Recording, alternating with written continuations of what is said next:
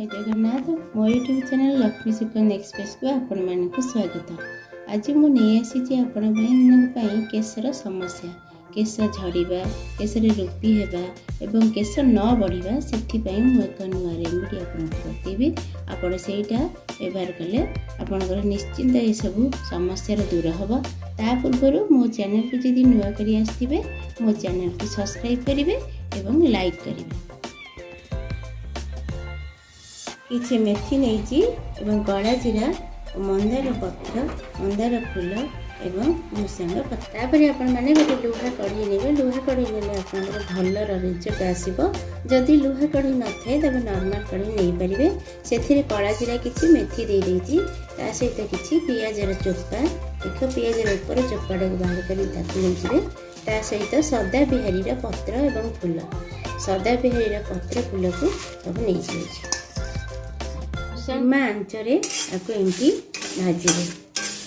तापर आ गोटे जगह किसी पानी आम नहीं जावा से पानी रे आम सब आपको पकईकी फुटेबा।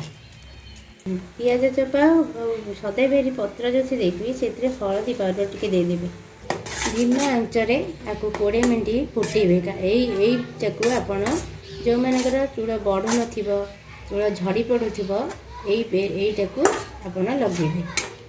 जो मानकर चुट्टी झड़ुची एवं बढ़ुनी से मैंने यहीटा को पेस्ट बनईदेवे बनई मुंडे लगे देखु ये होगला। जो मानकर चूड़ झड़ू बढ़ू ना लगे जो मान चूड़ पाची जाऊँगी और समस्या सम्मुखीन होती देहरे ये रखि ये जो बाहर पियाज सदा पत्र तादेह मिसेगा